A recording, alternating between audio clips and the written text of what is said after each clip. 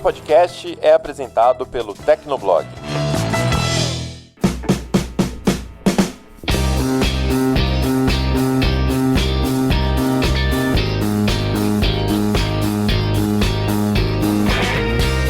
Olá, ouvinte! Seja bem-vindo, está começando mais um episódio do Tecnocast. Eu sou o Thiago Mobilon. Eu sou o Paulo Riga. Eu sou a Vivi Werneck. E eu sou o Felipe Vinha. O time do Hitkill tá com a gente aqui hoje porque a gente vai falar sobre a nova geração de consoles, o PlayStation 5 e o Xbox Series X. Então aguenta aí que a gente já começa.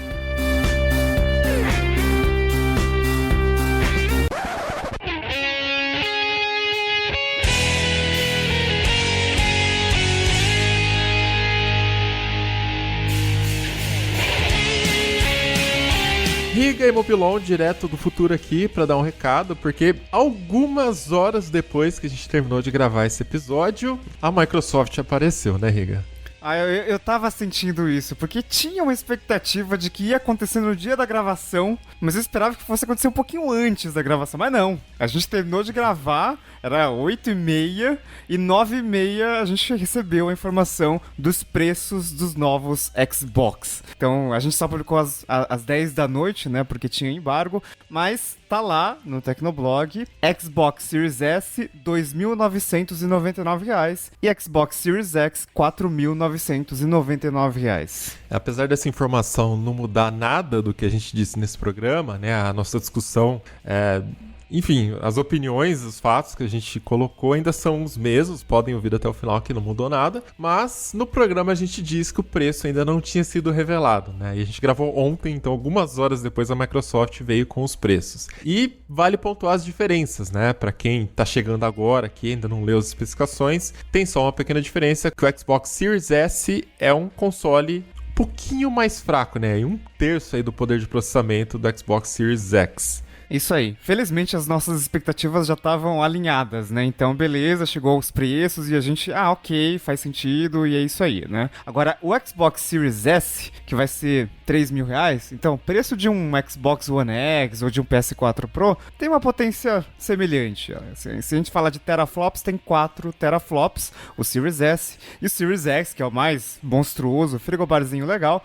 tem 12 teraflops, tá? E o que isso muda na prática? Basicamente, o Series S, a Microsoft está falando que ele tem suporte à resolução 1440p, ou seja, um pouquinho mais do que o Full HD, mas não chega a ser 4K como o Series X. É claro que vai depender um pouco da otimização das desenvolvedoras, né? Vamos ver o que elas vão conseguir fazer com o hardware dos novos consoles, mas ele é menos potente do que o Xbox Series X, então não é igual o PS5 e o PS5 digital, né? Eles têm o mesmo hardware, só muda ali o drive de Blu-ray. É legal deixar isso destacado porque muita gente se empolgou ontem quando a Microsoft revelou os preços, né? Mas eu acho que nem todo mundo ainda tinha se ligado nessa diferença. As TVs mais básicas hoje em dia já vêm no modelo 4K, com resolução 4K. Então comprar o Xbox Series S, você vai estar comprando uma resolução menor, né? Você não vai estar aproveitando aí a resolução completa da sua TV. Outra diferença é que ele tem só 512 GB de armazenamento. Também é o SSD, né, mais rápido, só que é a metade do armazenamento do Xbox Series X. Isso é um problema, porque hoje em dia os jogos já são enormes. No próprio Xbox One X, que é o da geração anterior, os jogos já são de 100 GB, é fácil você baixar jogo de 100 GB. Então, assim, com HD desse você vai encher rapidinho de jogos. Você vai precisar investir no HD externo também, né? Exatamente. E durante o podcast vocês vão ouvir um monte de Xbox Series X, Series S, One X, então não confunda, porque até a gente tá se confundindo, mas é o seguinte, o Series é o novo. Então, Series S e Series X são os novos consoles da Microsoft. Xbox One S e Xbox One X são os antigos. Então, eu nem revisei aí no Tecnocast. Então, se a gente falou errado, vocês tenham certeza. isso em mente. Tá difícil. E é um aviso meio noob a gente falar isso aqui, né? Pra quem já é gamer, já tá acompanhando. Só que assim, a gente tá avisando porque nesse momento saiu uma informação de que as vendas do One X subiram mais de 700% na Amazon, né, Riga?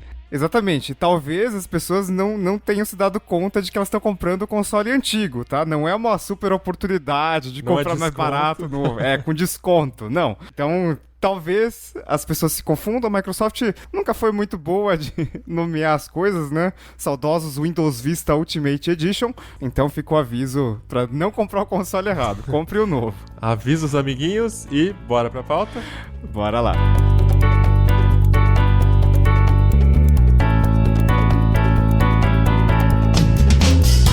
Já que a gente tem a presença ilustre aqui, né, do Hitkill, Vinha e Vivi, queria saber já de vocês, qual é o console preferido de vocês até agora? Acho que a gente tem que ignorar o preço aqui pra essa análise, né?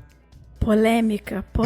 Bomba! Não importa qual você falar, você vai ser atacada por metade das pessoas. Muito obrigada, Riga, por botar ainda mais fogo no parquinho. Da nova geração, assim, acho que dá pra gente pesar os positivos e negativos, né? E, enfim, tentar pelo menos justificar aqui. Olha, eu dei até uma zoada com isso no Twitter esses dias, porque antes da Sony revelar mais do PS5 e tal, eu tinha enaltecido bastante o Xbox, porque por conta do Game Pass, né, todas as vantagens que a Microsoft oferece, e aí eu falei que até cogitava começar a nova geração com Xbox, que é uma coisa que eu nunca fiz na vida, eu sempre fui um cara assim de PlayStation. Depois da época do Nintendo 64, né, do Super Nintendo, quando o PlayStation nasceu em si, desde então eu tenho preferido o PlayStation. Mas depois que a Sony anunciou tudo que tinha pra anunciar, inclusive os preços nacionais, eu falei que não tem jeito, eu ia de PlayStation mesmo, e de fato foi isso. Talvez mais pra frente eu pego o Xbox, não sei. Mas você acha que foi uma decisão, assim, pela empolgação com o console, com os exclusivos? O que foi no final das contas? É meio que um misto de exclusivos, né? Porque eu gosto muito das marcas da Sony. Eles já vão lançar com o Homem-Aranha, que é um personagem que eu gosto muito, um jogo novo do Homem-Aranha.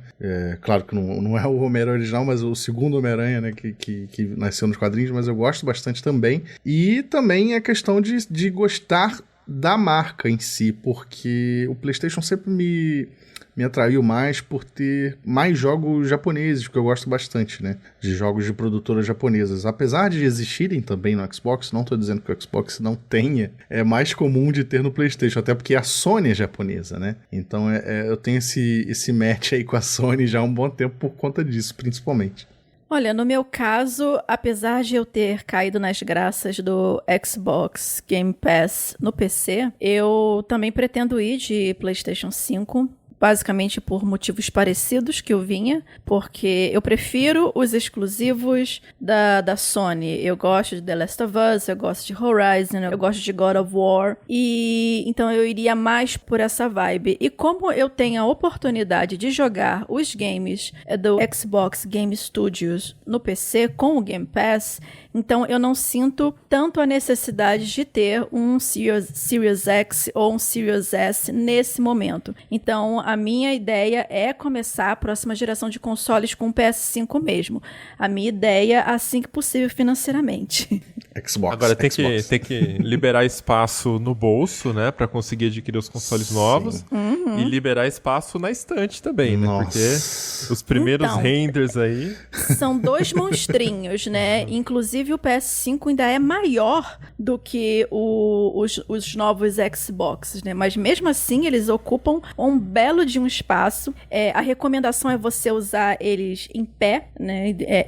Como se fosse uma torre. Inclusive, eles parecem uma torre, inclusive, dependendo do formato. Então, como? Eu vou colocar esse negócio no chão, porque não tem como colocar... Onde que eu vou colocar esse negócio em pé?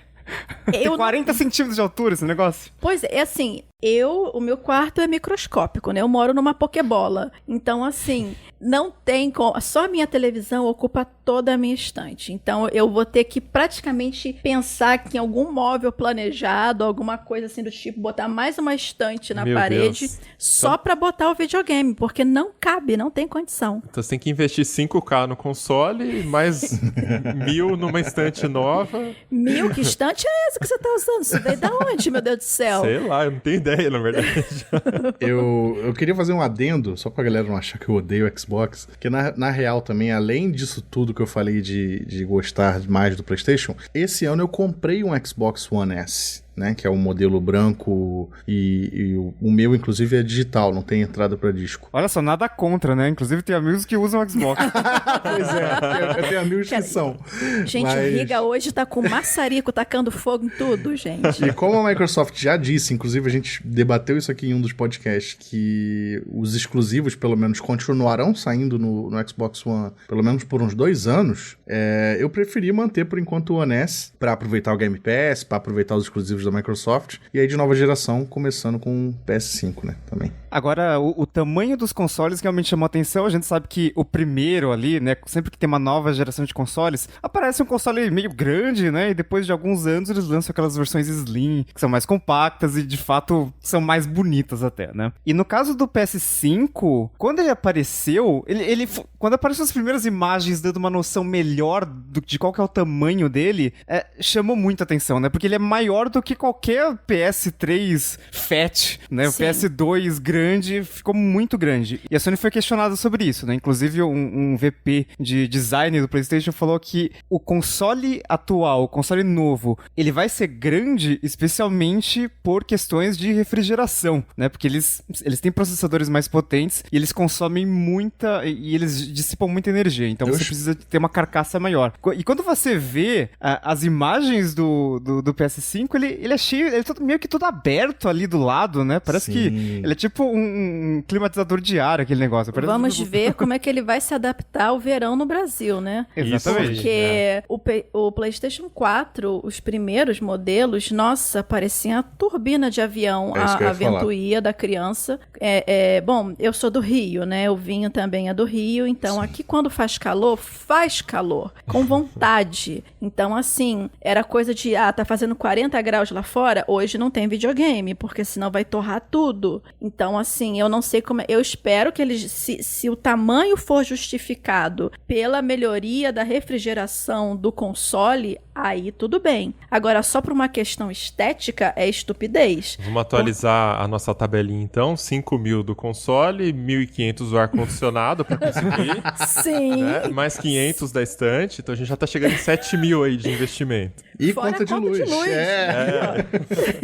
Falamos até junto, o desespero foi tanto, entendeu? Que realmente, porque assim, o meu PlayStation 4 ainda é o primeiro modelo, né? Então, assim, ele esquentava muito. Ele não chegou a derreter nem nada, mas era porque eu evitava de ligar ele quando tava muito calor. Porque Mas isso mesmo no Slim e no Pro é assim também. A galera diz que consertaram, mas é balela. Ele ainda liga uma turbina gigantesca e alta. Talvez não tão alta no Slim, porque é um console menor. Mas, cara, eu acho que é uma falha de design gravíssima do PS4 que ninguém deu bola. Porque é uma turbina barulhenta, cara. Barulhenta depende demais. do jogo também, né? Se for um jogo Sim, assim, sim, muito pesado, vamos dizer assim, entre aspas, né? Pesado graficamente ou mal otimizado, né? Então, que vai puxar mais do processamento do hardware, aí o barulho vai aumentar mais ainda. Pelo menos é o que acontece comigo aqui quando eu tô usando o PlayStation 4. A minha sensação, a hora que eu vi essas imagens, um render que circulou no Twitter aí no final de semana, né? Foi justamente assim, cara, a gente basicamente tá colocando um gabinete do lado da televisão, Sim. saca? É um gabinete de computador. Sim.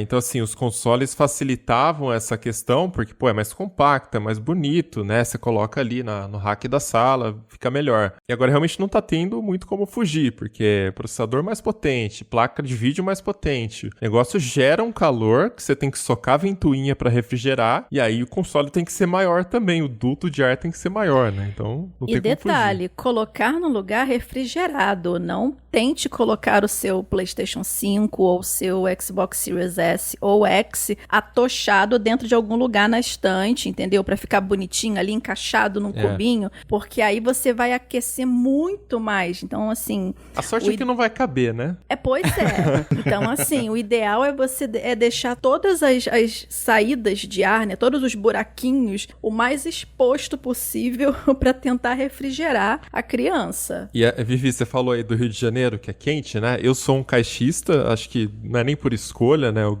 ganhei o Xbox One X da Microsoft pra testar e tal, e eles deixam a gente com o console. E assim, quando tá calor, aqui no meu quarto, parece que o ar não circula, não sai pela janela, sabe? Fica muito quente. E o Xbox One X, ele tem aquele recurso de ligar instantaneamente, né? Então, basicamente, o que acontece é que ele não desliga 100%, ele fica meio ligado ali, só que no modo quase que de hibernação, né? E mesmo nesse modo, ele gera muito calor. Ele fica com a ventoinha ligada e gerando calor. Tem que desligar completamente. E aí demora uma década para conseguir ligar o console toda vez, né?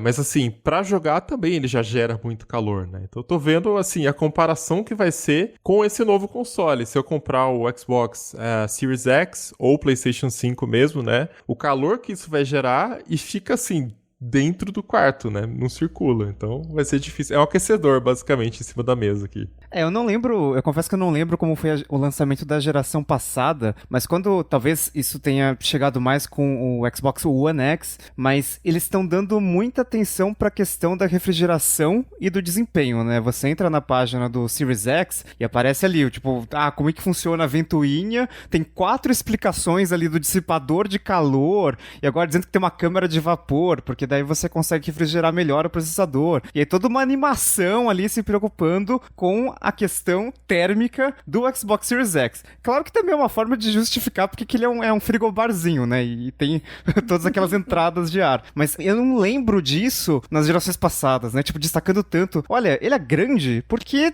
precisa refrigerar isso aqui direito, assim. Porque vai gerar... Isso tem uma potência maior que nas gerações passadas e daí você precisa ter um sistema mais eficiente.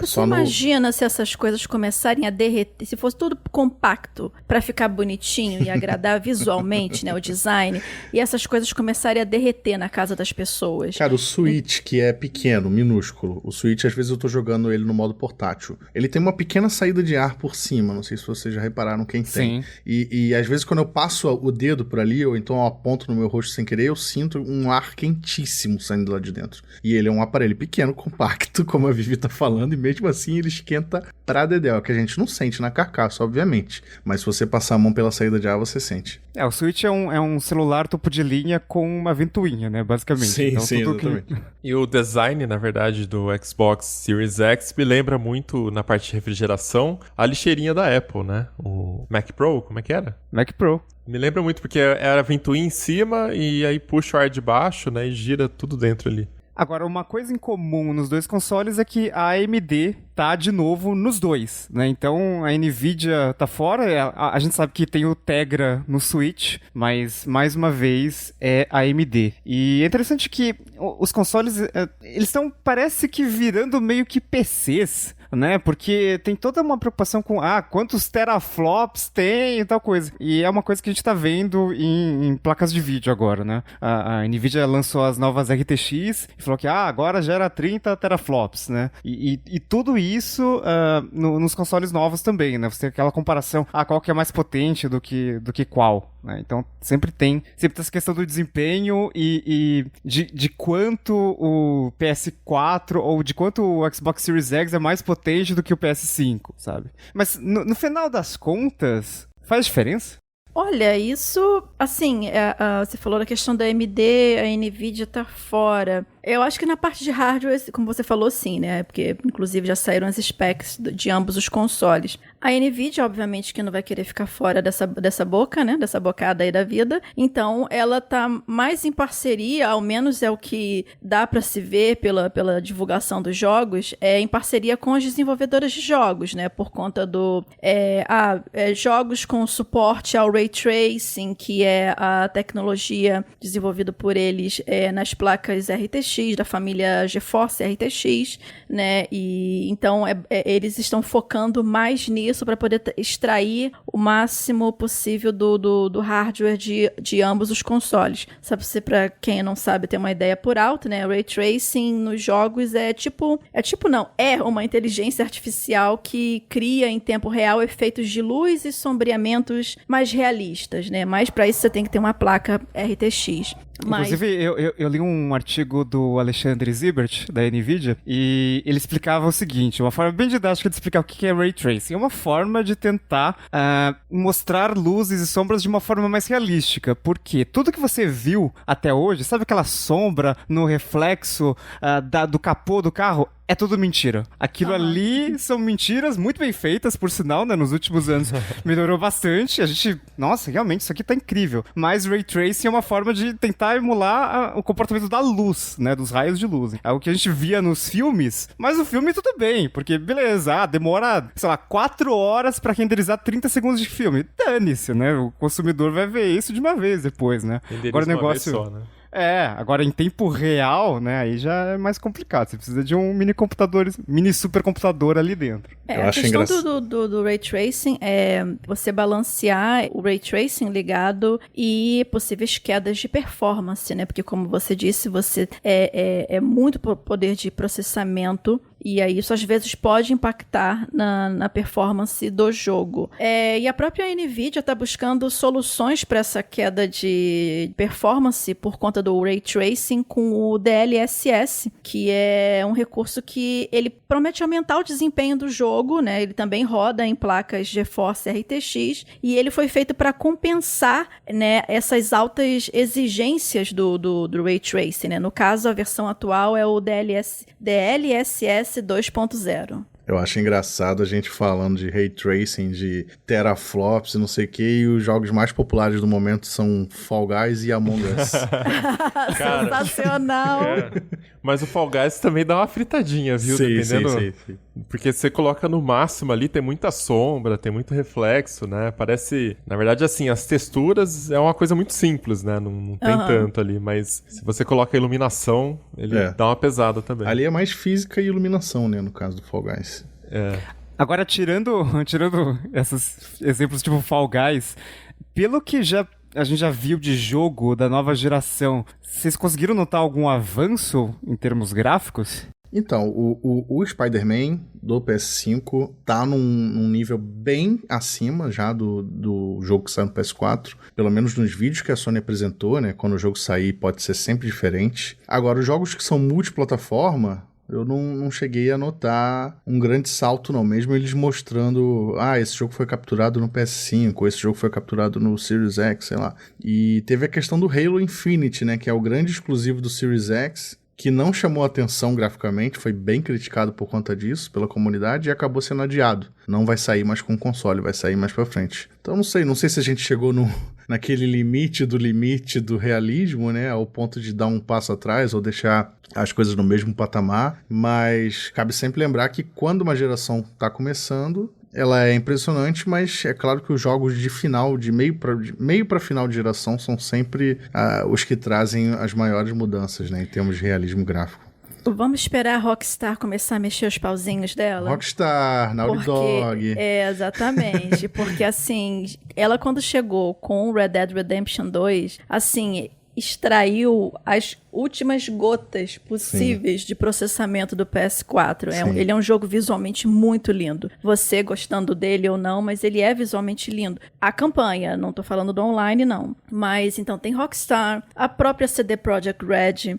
Apesar de eu ter ficado um pouco meio preocupada com as specs que eles lançaram recentemente da versão para PC, eu achei que a versão recomendada do jogo é até um pouco abaixo do que eu esperava. Eu achei que fosse ser mais parrudo, mas de repente o jogo tá bem otimizado. Cyberpunk 2077, pois é. De repente o jogo tá bem otimizado, a gente não sabe ainda, né? Mas eles já estão, todos os trailers, assim, eles mostram que, assim, capturado nos consoles de nova geração, ou capturado no PC com configurações no Ultra e Ray Tracing ligado. Então, assim, mas assim, eu não posso falar, a gente não pode falar ainda de Cyberpunk bater o martelo, porque o jogo ainda não saiu, então... Mas Cyberpunk talvez seja um bom exemplo para usar, porque ele vai sair em novembro, né? A CD Projekt falou que já não vai ser mais adiado, mas ele vai sair só para PS4, Xbox One e PC, obviamente. E a versão de nova geração, em vez de eles lançarem agora, eles já falaram que só vai sair em 2021. Ou seja, talvez aí realmente esse jogo venha para mostrar a grande diferença gráfica entre gerações, porque a empresa vai justamente tirar um tempinho extra para poder aprimorar mais o jogo. Então, vamos ver. Quem sabe aí, mas já no início de 2021, ou então da metade pro fim, a gente tenha algo realmente assim, tipo, um choque, né? Que é como a gente teve em gerações passadas, né? Principalmente do PS1 pro PS2, ou do Nintendo 64 pro GameCube, e por aí vai. Eu tô bastante empolgado pra testar o Ray Tracing na prática e, assim, dos jogos que eu jogo aqui no Xbox One X, né, o que eu mais sinto falta realmente é melhorar a questão da iluminação, saca? Uma área, por exemplo, você tá jogando ali, andando no meio de uma floresta e aí tem os raios de sol e tem as partes de sombra. Então esse contraste, é bem comum que o contraste fique muito forçado, né? A parte de sol tá muito clara e a parte escura você tem aquela dificuldade enorme de conseguir enxergar o que tá ali, identificar o que é aquela textura. Mas aproximando você vê que a textura tá bacana. Né, assim, dentro dos limites que o console consegue alcançar, né? Mas a textura já tá legal. E com o Ray Tracing, isso faria toda a diferença, porque daí a ideia é esse sol que bate no chão no mundo real, né? Vou tentar fazer a descrição aqui, né, de mais ou menos como funciona. No mundo real, o sol bate no chão e do chão ele reflete para todo o resto. Então reflete na árvore, no tronco, nas folhas, etc. No jogo não tem isso, né? Tem uma simulação ali, alguma coisa, mas ele não tá emulando de verdade, ele não tá fazendo a rota dos raios do sol para ver de onde ele veio, qual ângulo bateu no chão, para onde ele foi depois, né? E o Ray Tracing ele vai fazer exatamente isso. Então eu imagino que a experiência de jogar esses jogos que tem esses contrastes, caverna, floresta, água, eu acho que vai ficar muito mais rico e até mais fácil de você conseguir identificar o que está na tela, né? Eu sinto que às vezes rola essa dificuldade. Tipo, você bate o olho, demora um segundo ou dois para você entender, força um pouquinho a vista ali para quem usa óculos, é mais difícil e tal. E quem sabe o Ray Tracing pode tornar essa experiência mais natural, mais real, né? De fato aí. E outro ponto que eu tô empolgado também para testar é o recurso de Quick Resume do Xbox Series X, né? Que é basicamente um recurso que pega o ponto que você tá no jogo, né? Tudo aquilo que tá na memória RAM do console, e ele simplesmente puxa aquilo e salva no SSD. Os dois consoles vêm, né, com SSD, então é bem mais rápido.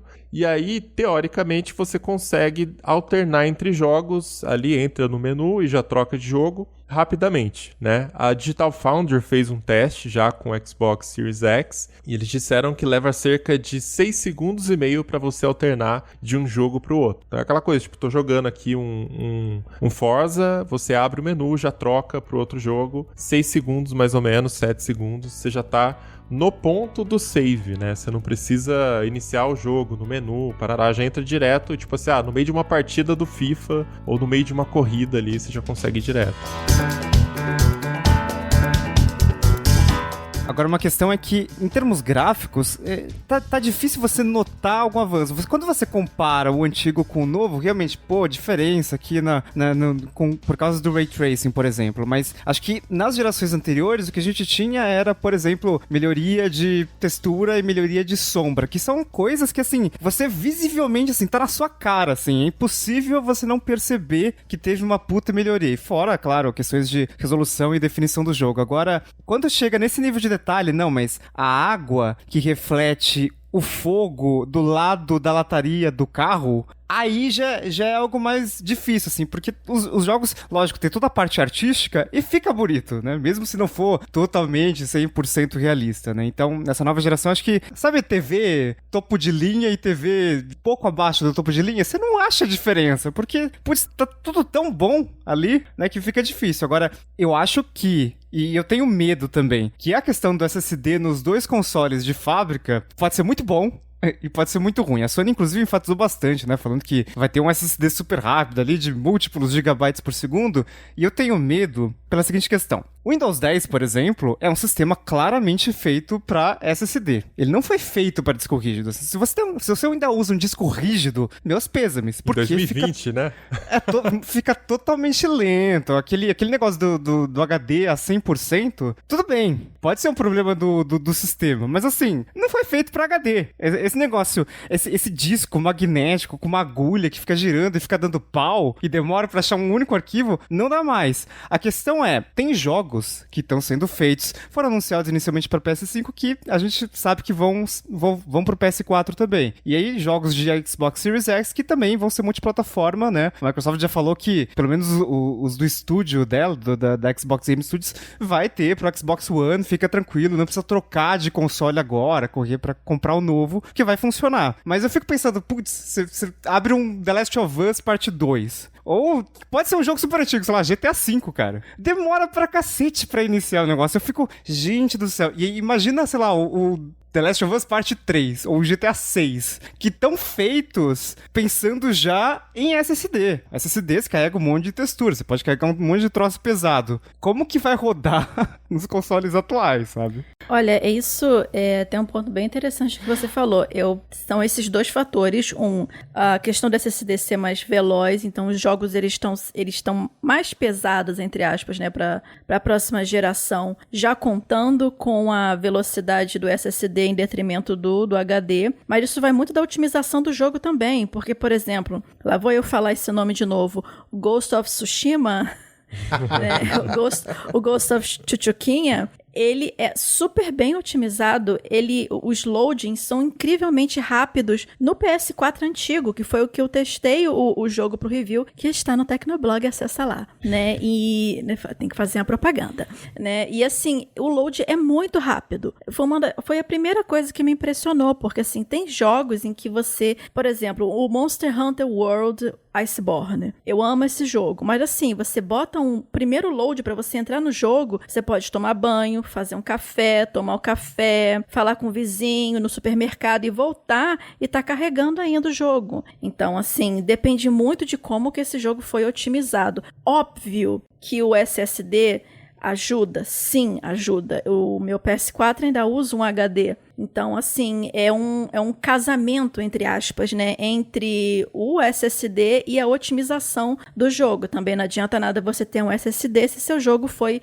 mal e porcamente programado, né? E eu acho que a Microsoft já se preparou com isso, porque o Xbox Series S, que seria uma versão menos potente, né? Ele é legal, tem um processador mais simples e tal, mas ele tem o SSD. E eu acho que, assim, isso faz uma puta diferença em vários momentos. Claro que, em termos de renderização, conta mais o processador, conta mais a GPU. Mas com o SSD mais rápido, você consegue carregar texturas em maior quantidade, em maior definição, né? Então, é uma nova geração e a nova geração só tem SSD. Não tô vendo disco rígido mais e isso deve fazer uma puta diferença pra quem continuar com os consoles atuais por um bom tempo, né? O que eu acho é que eles estão, assim, eles não querem dividir a base, porque, enfim, são novos consoles, são consoles caros, não é um investimento barato nem nos Estados Unidos, então eles querem continuar lançando jogos para as duas gerações por um bom tempo ainda. Mas, assim, quem optar por continuar na geração antiga vai ter que, né, pagar esse pedágio aí do, sei lá, tempo de carregamento maior, ou então ter o jogo um pouquinho mais feio, demorar um pouco mais para carregar a textura. Acho que isso vai ser fatal, cara. Não vai chegar ao ponto... Quem jogou Street Fighter Alpha no Super Nintendo, que era um jogo de PlayStation 1, a Capcom resolveu lançar no Super Nintendo, esse jogo tinha um load de quase 1 minuto. E assim, no Super Nintendo que não tinha load. Esse jogo inventou o load na geração de 16-bit. Eu acho que não vai chegar a ser tão pesado assim, né? Igual o GTA V também, que demora beça pra carregar. Mas eu acho que vai ser questão de opção e enfim, não é todo mundo que pode arcar com um novo console atualmente. São caros mesmo. E não só os consoles são caros, né? Porque se você quiser uma TV para aproveitar todas as vantagens dessa nova geração, também é muito caro. A gente tem feito bastante análise de TV no Tecnoblog, confiram. E alguns modelos bem caros, os melhores de cada marca, estão vindo, por exemplo, com HDMI 2.1, que permite fazer 4K 120. Enfim, não acho que nenhum jogo de lançamento já vai aproveitar 4K 120, mas permite também 8K 60, tem modo automático de baixa latência, tem taxa de atualização variável justamente para diminuir, né, o input lag, diminuir o momento entre você apertar o botão e aparecer na tela, mas isso, por enquanto, tá bem restrito. Inclusive, É engraçado que a Sony agora tá botando selo de ideal para PS5 nas TVs, e a Sony era justamente uma das piores marcas no quesito input lag, né? As OLEDs especialmente sofriam bastante com isso. E é console caro, TV cara, jogos caros, Bota na conta aí da estante. Vocês estão... estante cara, perdi a conta, ar-condicionado. Os Já jogos passou vão de subir 10. de preço, né? Nos Estados Unidos de $60 para 70, a maioria. Isso, que isso foi uma outra polêmica também, né? Mas assim, óbvio que eu preferia que continuasse a $60 ou menos, mas assim, desde o PS3 que não há um reajuste no preço padrão dos jogos AAA, né? Dos jogos blockbusters. Então você encontrava por R$ 59,99, $60. Agora eles aumentaram. Algumas fabricantes alguns desenvolvedores fazendo isso. Não são todos os jogos do PlayStation 5 ou do Series, da família Series, que vão ter esse preço, né? A gente está falando dos blockbusters, dos AAA, dos jogos top de linha. Vão, obviamente, existir versões mais baratas, né? Mas digamos que esse seria o teto da versão básica, porque tem também aqueles Collector's Edition de Premium, Diamond, da vida, com Season Pass, que isso vai encarecendo toda a vida. Mas são jogos caros,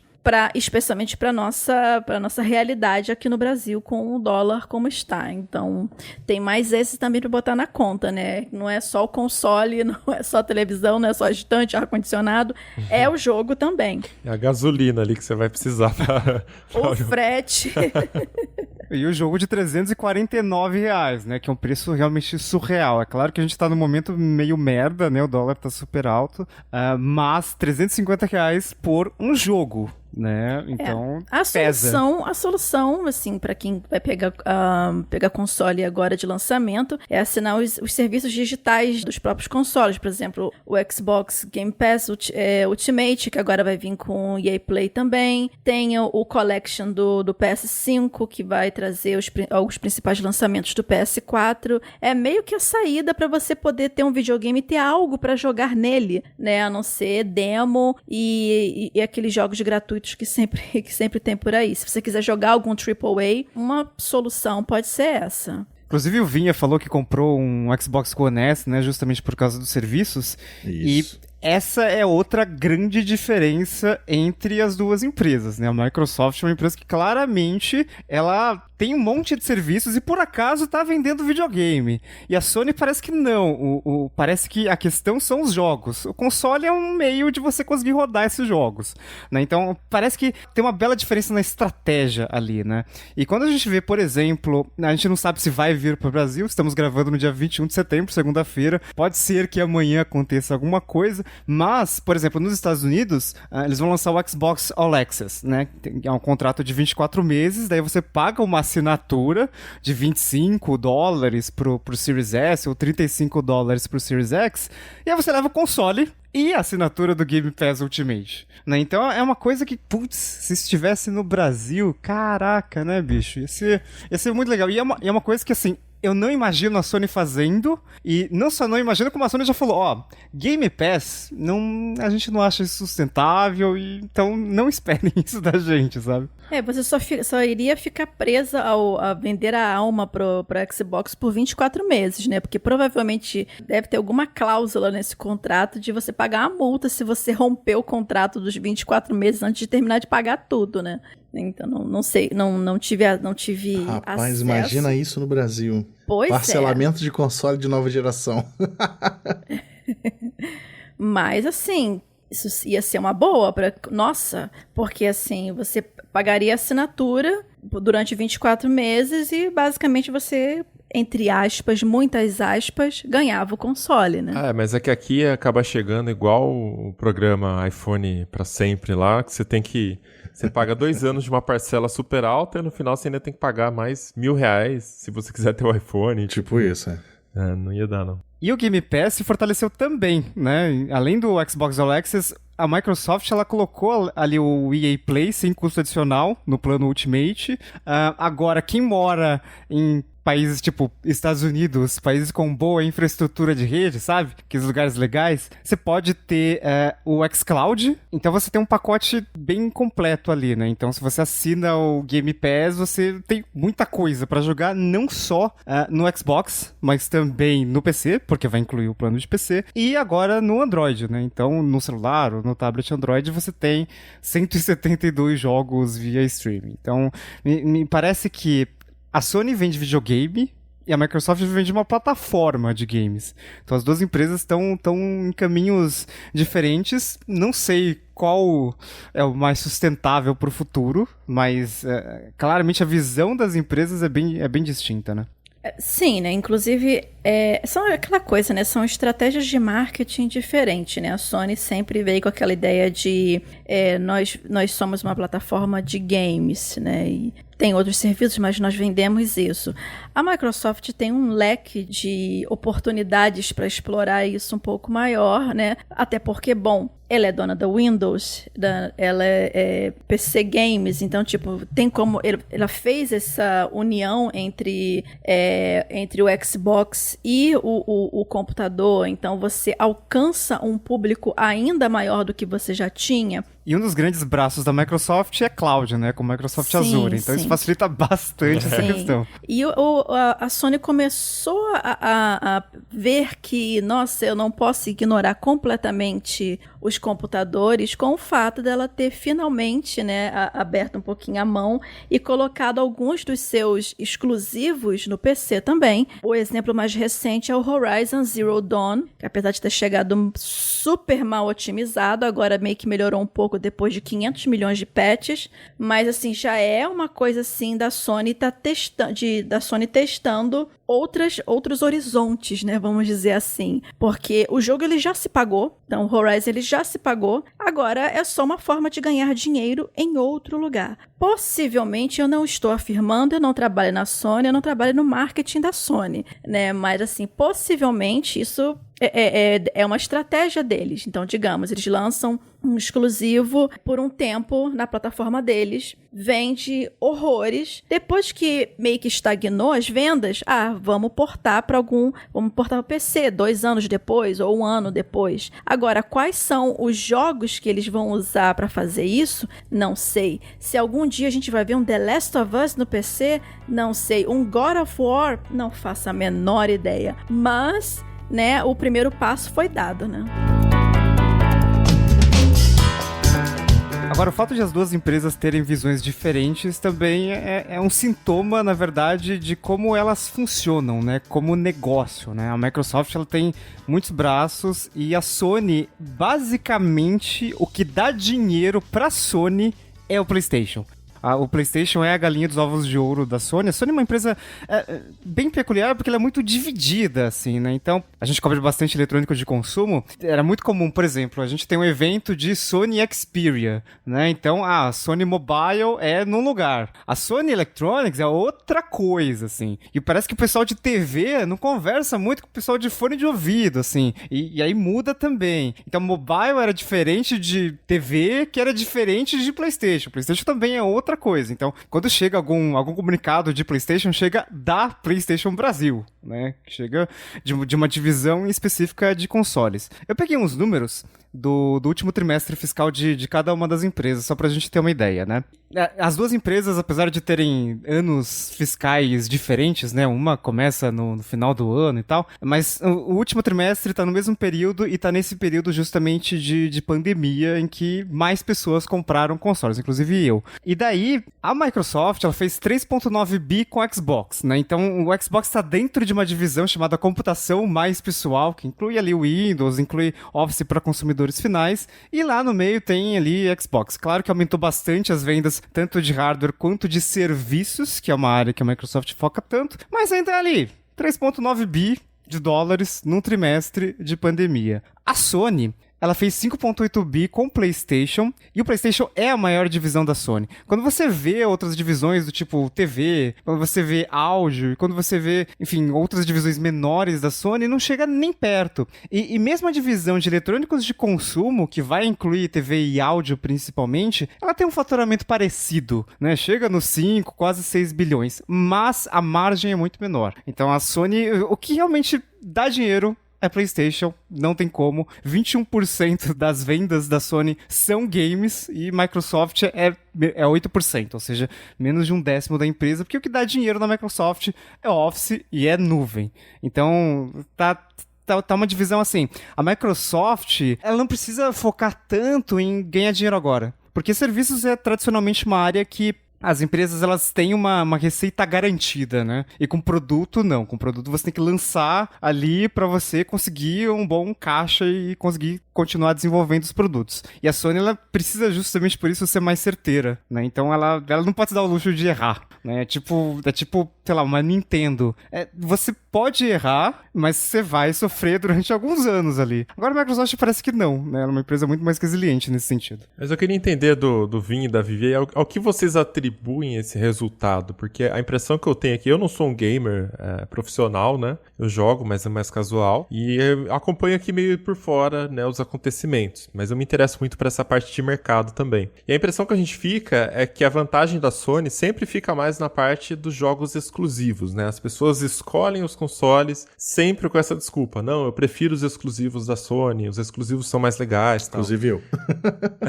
E por outro lado, a gente tá reforçando aqui alguns hate kills, né? Vocês já falaram isso, e agora no Tecnocast também. A questão do Game Pass, porque, cara, é uma puta vantagem, principalmente pra gente como eu, né, por exemplo, né? Eu gosto do console, eu gosto de ligar ele e ter um jogo novo pra jogar, mas, cara, se eu pago, sei lá, 250 conto num jogo, sem jogar ele antes, às vezes, né? Você compra o jogo e aí você fica com aquele disco na mão e, cara, tem que vender, tem que arrumar alguém que se interesse, desvalorizou um pouquinho já, né? Tem toda essa questão. Então, vocês acham que é isso mesmo? O diferencial é o exclusivo? Então, Porque de performance tá pau a pau, né? Eu vejo o que a Sony tá fazendo, não de hoje, já há algum tempo.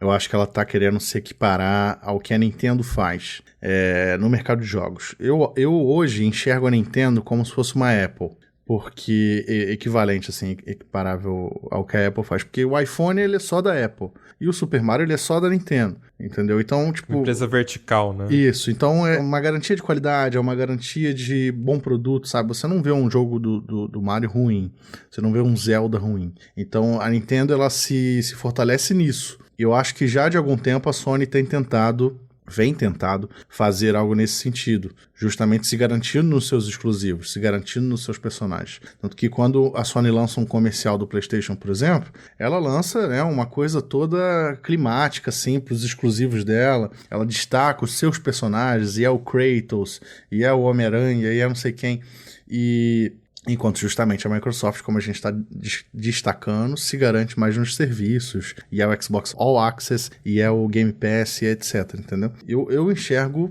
mais ou menos nesse sentido. Você acha que esse jogo pode mudar um pouquinho agora, com a Microsoft fazendo essa parceria com a EA também, né, para ter o EA Pass, e a aquisição da Bethesda também, né? Isso que eu ia falar, né, porque assim, eu até brinquei no Twitter, né, hoje, né, que a Microsoft tá virando um Kirby, né, que ela tá engolindo todo mundo, né, então, mas assim, eu acho que a Microsoft está se fortalecendo em relação a jogos na aquisição desses estúdios. Se isso vai ser bom ou ruim, só o tempo vai dizer.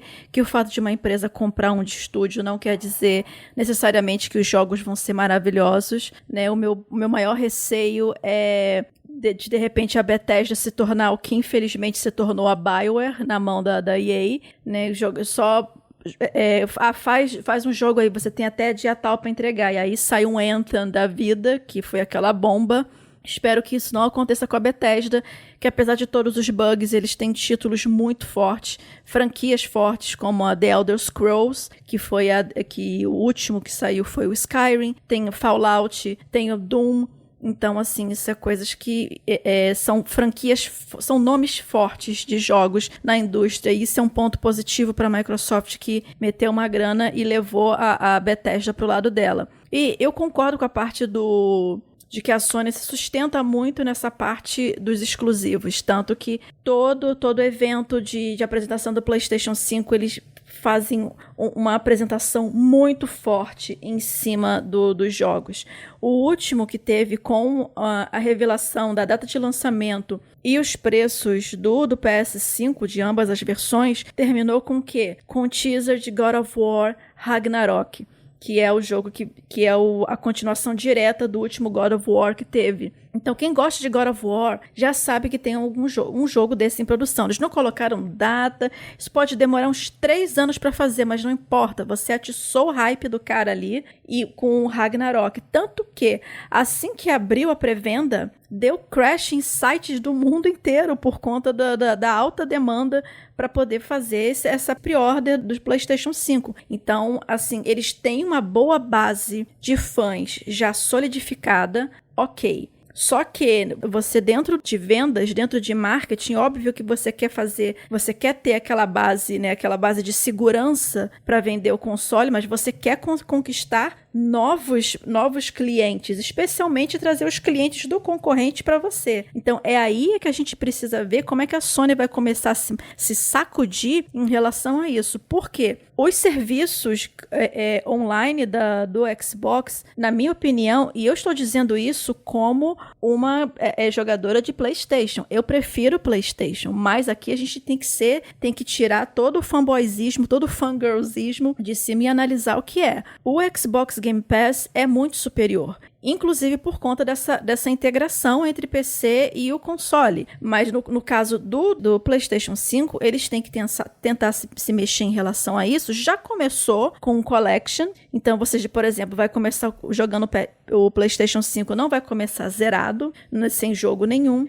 O fato de você ter, por exemplo, lançamentos que seriam apenas para o PlayStation 5, você vai poder jogar no PlayStation 4 com um upgrade do PlayStation 5, acho que isso não deveria nem ser um favor, né? Isso deveria ser obrigatório, porque você vai comprar um jogo no final de uma geração e vai ficar com ele encalhado e não vai ter um upgrade para a próxima geração. Mas ainda há um caminho a se andar até o lançamento dos jogos e no pós-lançamento também. Eu acho que a Sony ainda tem coisa na manga, né, que não soltou ainda. Inclusive, eu só acho que eles revelaram esses preços agora por pressão, porque vazaram os preços da Microsoft. A Microsoft teve que mostrar os preços. Você imagina o cara lá, bonitinho, montando o videozinho de apresentação da Microsoft. E vamos fazer um evento para mostrar os preços, né, do Xbox Series S e X. Aí, de repente, vaza aquele negócio. Eles têm que mostrar tudo num tweet, porque não tem jeito. O cara lá da animação, lá do PowerPoint, lá da Microsoft, deve estar morrendo até agora.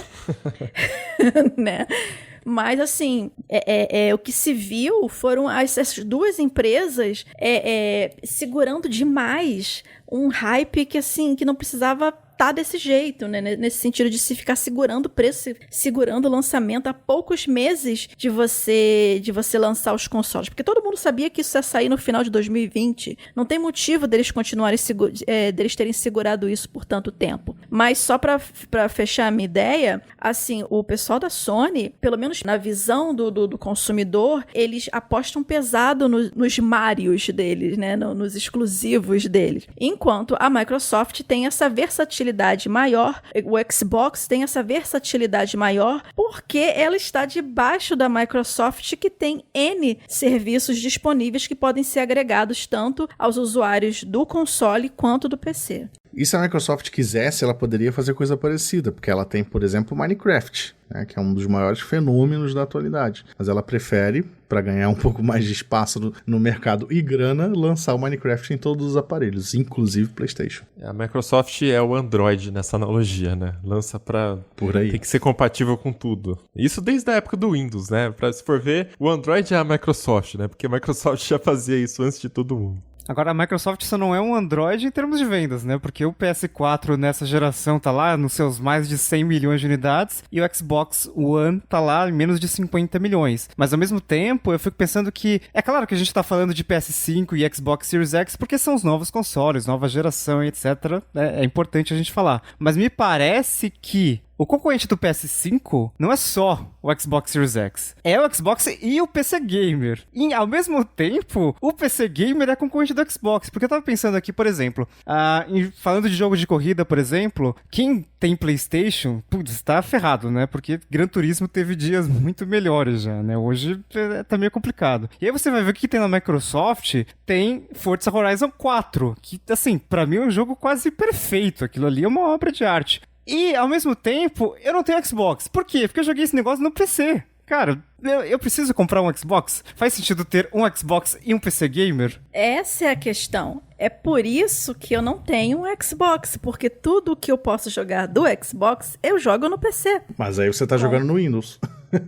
Sim, eu sei, mas eu tô falando, eu não sinto a necessidade de ter o console Xbox, porque o que o console poderia me proporcionar de jogos, eu jogo por meio do Game Pass no PC. A minha opção de ter o PlayStation 5 é por conta dos jogos que não estão no PC. Porque se todos os jogos de ambas as plataformas estivessem no PC, eu não precisaria gastar dinheiro com console tão cedo na minha vida.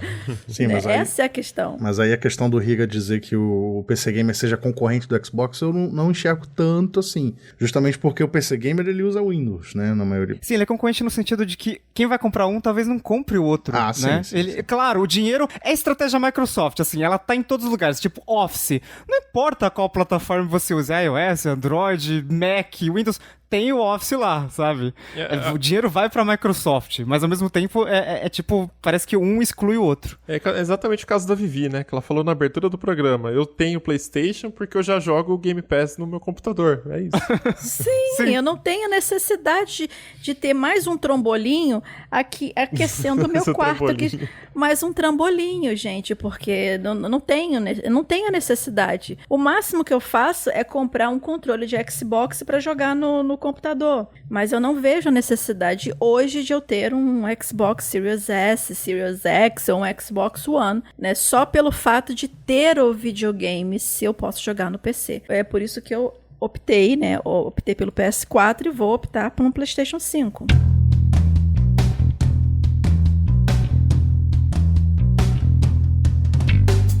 Bom, nesse Tecnocast a gente falou sobre os consoles, mas a gente abordou mais a questão do hardware e questões de mercado aí, né? Das estratégias de cada uma das empresas. Mas se você quiser saber mais sobre a parte dos jogos que estão chegando aí para os novos consoles, a Vivi e o Vinha já gravaram o Hit Kill número 7, né, Vivi? Exatamente. Então, se você escutar lá, a gente desenvolveu mais o evento do PlayStation 5 focado nos jogos. Então, a gente falou do Final Fantasy XVI, que vai ser um exclusivo, pelo menos por enquanto, né? Que vai chegar no PlayStation 5. Teve gameplay do Spider-Man Miles Morales, Call of Duty Black Ops Cold War. Olha o tamanho do nome do jogo.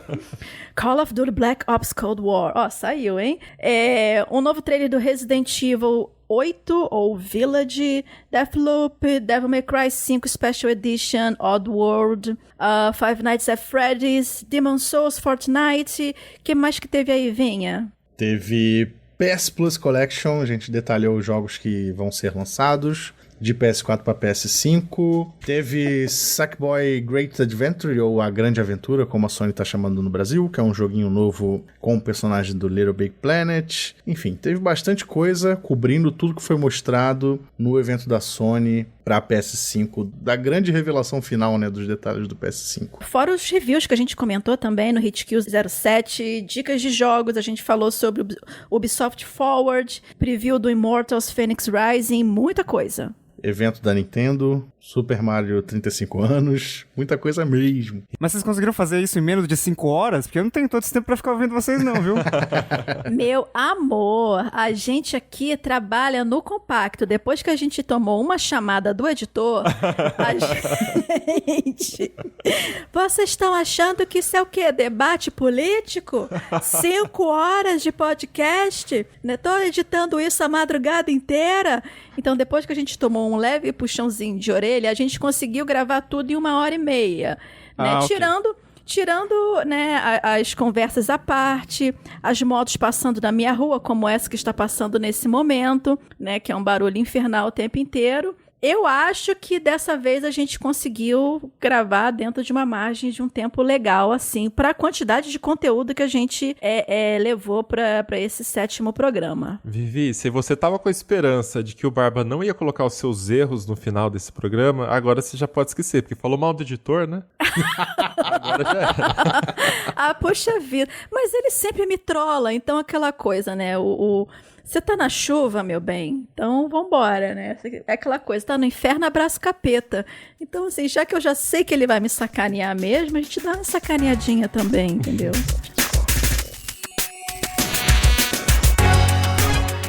Então é isso, vamos chegando ao final de mais um episódio do Tecnocast. E aí, qual console você tá afim de comprar? Vou perguntar afim, né? Não vou nem perguntar o que você vai comprar, porque né, os motivos a gente já falou aqui. Manda pra Motivos, com cifrão no final. a soma acho que passou dos 10 mil, né? A quantidade de coisas que a gente falou aí. Manda pra gente, tecnocast@tecnoblog.net, ou fala com a gente no Twitter, @tecnocast, ou na comunidade.tecnoblog.net. Se quiser falar direto com a gente em todas as redes, eu sou @mobilon. @Paulo Riga. @Vivi Werneck. E @Felipe Vinha. É isso, a gente fica por aqui e voltamos com outro Tecnocast semana que vem. Até lá. Tchau. Tchau, tchau. Valeu!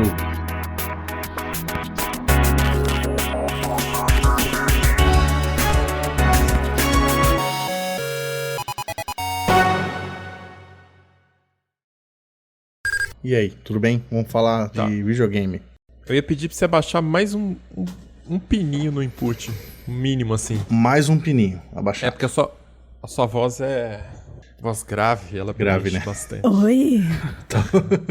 Que Melhorou? Tá loucura! até citado aqui. Aí, tá bom. Nossa tá senhora, né? deu um calor, vou ligar o ar aqui agora. Isso. bom. Ô, meu Tá Deus. gravando já, hein? Tá gravando. Ai, senhor! Que merda! Ah, pô, é sempre eu, cara. Isso é O muito Barba se injusto. diverte quando tem isso. Isso é muito injusto, cara. Tipo, a alegria do editor. Por que eu tenho que saber falar Ghost of Tsushima? Ah, pombas. Pombas. É isso, é porque eu queria falar um negócio mais cabeludo, aí eu pra poder, já que pro Barba não usar isso no final e ficar sempre eu falando as merdas no negócio, eu usei um pombas. Kojima não fala inglês direito até hoje. O que você tem que falar? Exatamente. Cara, eu fui lá uma vez, né? Você sabe? Quando eu falava Brasil, com a pronúncia em inglês, tipo Brasil, eles não entendiam. Eu tinha que falar Buradiru, que é como eles entendem. Como? Buradiru, que é o Brasil em japonês. Gente. Falando Brasil em japonês, é assim. Se tu falar aí... Tem muita sílaba, muito som que não tem. Sim, exatamente. Tipo, tudo que o japonês consegue falar, a gente consegue falar. Sim. Agora, o contrário não é verdadeiro. Não, exatamente. O Riga, até o episódio número 100 do Tecnocast, ele não sabia falar pizza. Ele falava pizza. Ah, eu conheci um cara que falava assim. A gente fala assim, o caminhão de pizza, não sei do que lá. Riga, você tá falando pizza. É pixel. Mas como é que é? Pizza. Ele, mas o que eu falei? Pizza. Pizza. E ficava um tempão. Aí depois acho que ele ficou falando pro espelho, assim, pizza. Conseguiu. Eu tive que ir treinando. Pizza.